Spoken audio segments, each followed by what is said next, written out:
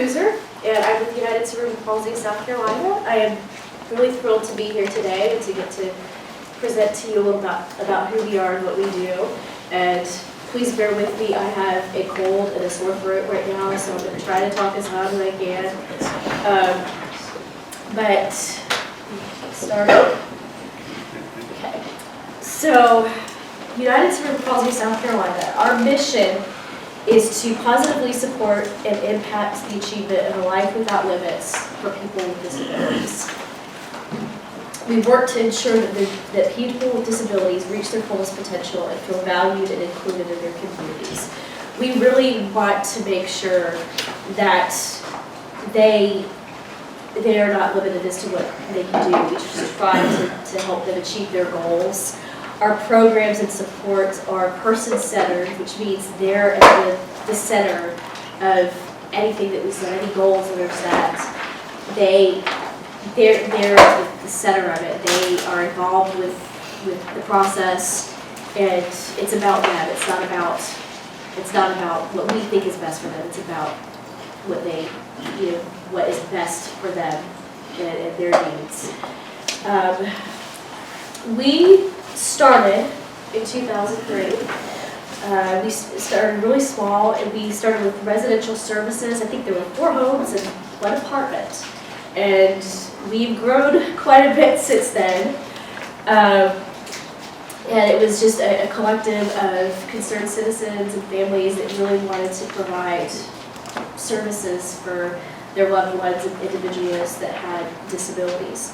And I should also mention, United Cerebral Palsy South Carolina, we don't just serve adults with cerebral palsy. We serve adults with a variety of intellectual and developmental disabilities.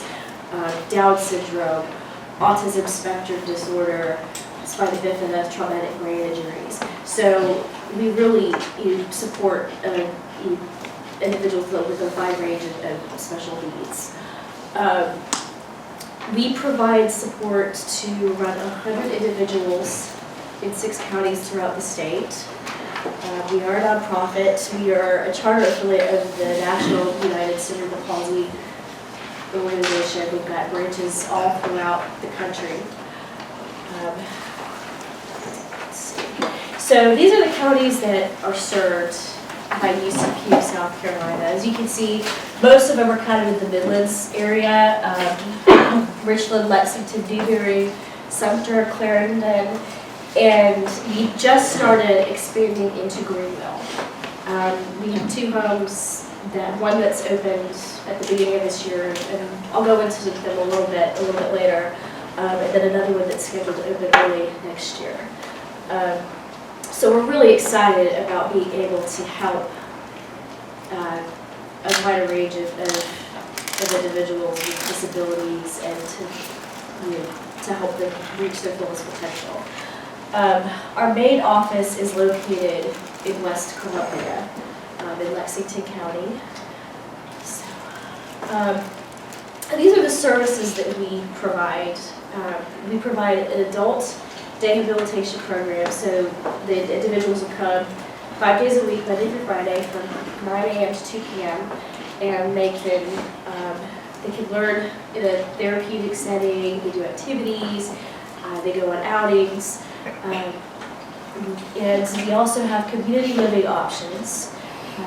There are 3 different types of community living options, and again, I'll go into them in a little more detail in a second. But we have apartments, we have host homes, and we have community group homes. In addition to these services here, we also have a nursing staff that monitors their medical needs and behavioral support. So these are the programs that we offer. Those are our core services. And we also get referrals year-round, and we do provide a little bit of funding assistance to people who need help purchasing adaptive equipment like iPads or whatever.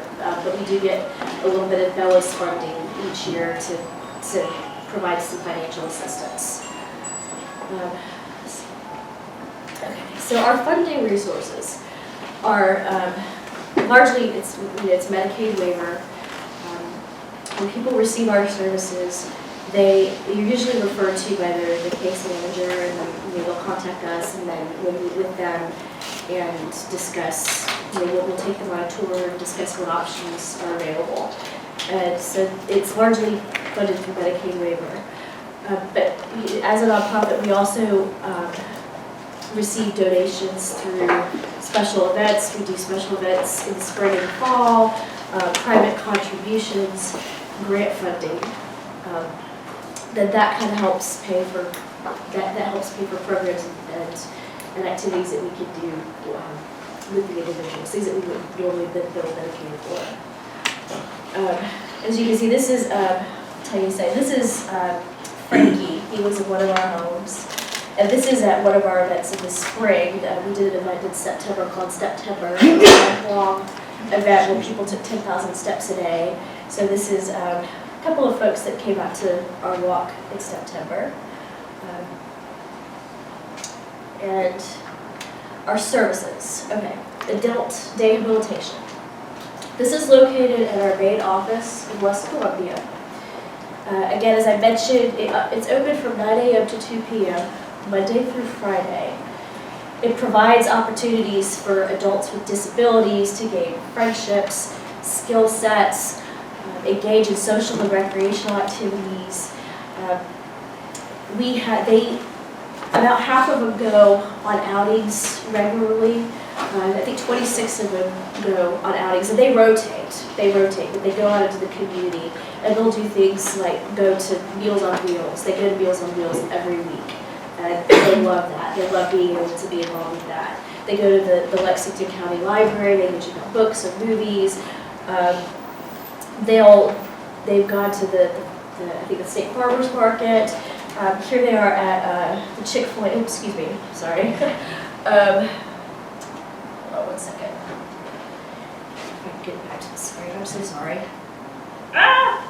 Here we go. Okay, so they're at the Chick-fil-A day here, and this is a picture of the center, and so they had the cow costumes and went there, and then they went to the Krispy Kreme donut day. They go to a local gym. They really like the fitness classes, like the Zumba classes. They love that. So they go out to the gym, to be active and healthy. And this is a couple of them going to Meals on Wheels here. And our day program director, she's really phenomenal. She really tries to promote them to be physically active and healthy. They do smoothies, and we serve 53 individuals at our day program, so we're pretty filled up. But we have a lot of fun with them, and they have a lot of fun too. And it's just a great opportunity for them to be in a safe setting, to feel included, and to also get out to the community and be engaged. And so we're really proud of the direction that the day program is heading. And that opened 2013, and it's really starting to take off. Our next service, the first community living option that we have available are apartments. These are ideal for people who are a little more independent, and they have the skill sets and they have the desire to live on their own. This allows them to have a little more flexibility and freedom, to gain greater independence and control, but UCP staff is always there to help them when necessary. But the staff assistance is flexible. It's based on what the individual needs. I think usually they work like 10 to 20 hours a week with each person. And we have 19 individuals in Richland and Lexington County that live in apartments. This is two of them. This is Margaret, and she is just transitioned from living in one of our community homes to living in an apartment. And she's really thriving. She works 2 jobs. She's learning how to manage her money and to save money. And this is Angela, and she, about 2 years ago, she bought her first car. And she is just, both of them are really thriving in the apartment setting. And the UCP staff, again, they're not there all the time, but they're there to help them when needed. Our next option, these are host homes. We have a smaller population that live in the host homes, but these are people who want a smaller family type setting, and they go through the host families go through quality assurance oversight. There's a lot of quality assurance oversight, monitoring. We provide support to those host families, and they have to go extensive background screenings and inspections, and they go through training. And we have 5 individuals around the state that are living in a host home setting. And this is David. He lives in Clarendon County. He's one of the individuals who lives in our host home. And he's really enjoyed it and has really thrived. He's very close with his host family. And we're very lucky. We have some really good families that have contracted with us that provide host homes, and just really love working with the individuals that are working with them. But our next option, this is the biggest one. This is our biggest residential option. These are our community homes. And these are 4-person residences. They're in neighborhoods, safe, stable neighborhoods throughout the state. Staff members are there 24/7. They are there around the clock in the homes with the individuals to attend to their needs. It's an opportunity for the individuals to build friendships with their housemates. They each have their own room. They access local resources. They're able to go and do community outings. We have a couple of churches that we've partnered with in the community. We're very fortunate. And they go on regular outings to the churches weekly. So it's an opportunity for them to access those local resources. They go, sometimes they go to church on their own, they go to the mall. It's a great way for them to be engaged and included. We have 73 individuals throughout the state that are supported in the community homes. 19 homes overall. 16 are in Richland and Lexington counties. We have 1 in Sumter County, and then we have 2 in Greenville County. And this is just a couple of shots of them in the homes. We see staff are teaching them. They'll teach them how to cook. They help them learn new skills, like cooking, taking out the trash. They have chores that they have to do. And we're very fortunate that we have very good staff in the homes that work with them and support them. And then these are our Greenville community homes. These are all pictures from our first home, Watson Drive. Our first Greenville home, Watson Drive, opened in January of this year. We have 4 guys who live there, and they really enjoy this home, and we're very proud of it. And the second home is on Conway Drive in Greenville. It's not open yet. It's scheduled to open in early of 2017. But all these pictures are from Watson Drive. This is from the ribbon cutting. This is from the day that they all moved in. That's one of the guys that lives there.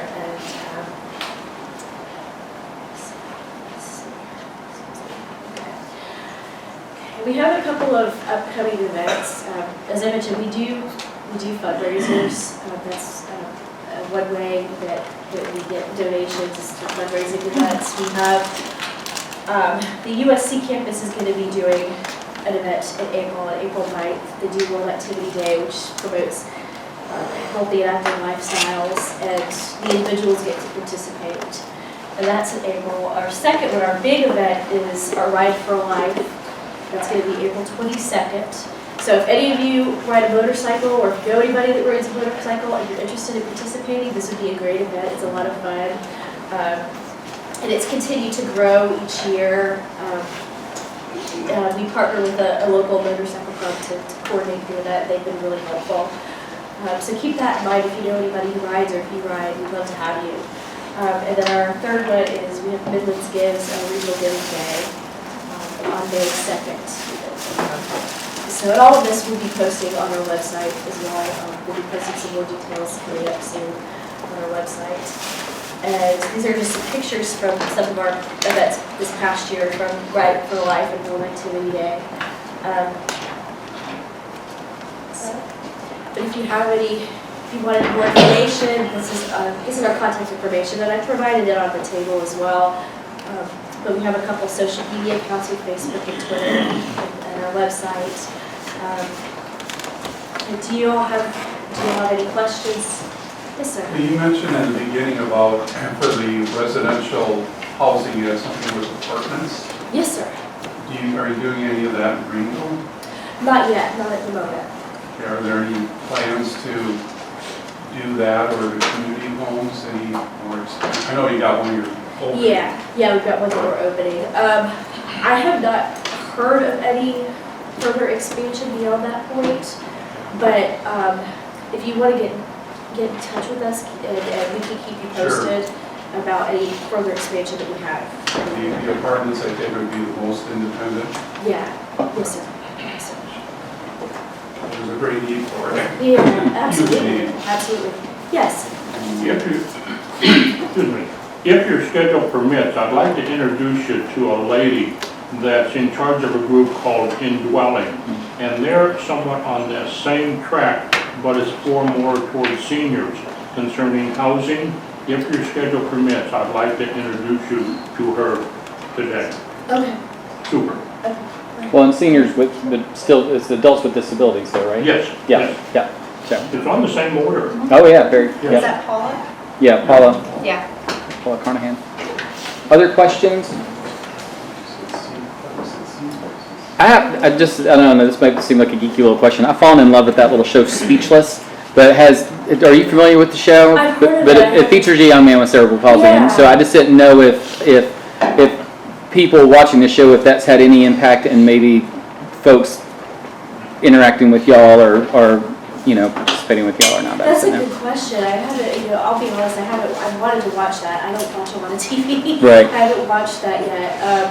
I think that would be a good one for us to tune into and kind of engage, because I've heard it's really.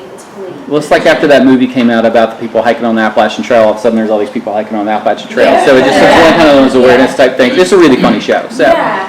any other questions? And before I sit down, I wanted to introduce you all really quick to Kiana Riot. She's our HR director. So I'm just going to have her just for a second and introduce herself. Well, I don't really have a presentation or anything like that. I just wanted to do a shameless plug. We are absolutely looking for some talent in the Greenville area, which has been our biggest challenge, just finding the right people. You have to have the right kind of ambition to work in this field, and that's going to be a challenge for us. I'm sure you will experience that as well. But I just kind of wanted to throw that out there. If you know people who are looking to give back and want to earn a living doing that, then they can certainly apply with us, and we can evaluate and hopefully find a right fit. That's really all I had. Oh, question? Go ahead. Oh, go ahead, Eric. Working the general shifts, do they do like 3 days in a row, kind of like a firefighter, or how do they do that? Well, so we do have shifts, the Monday through Friday shifts, which are typical 7 to 3, 3 to 11, that kind of thing. Our most challenging shift is on the weekends. We do have what's called our 40-hour weekend, where we do have staff that stays the entire weekend, spends the night there, and then they have part-time coverage that comes in to kind of relieve them, give them rest time, but that's really challenging to fill. Y'all give this group a big hand. Thank you so much.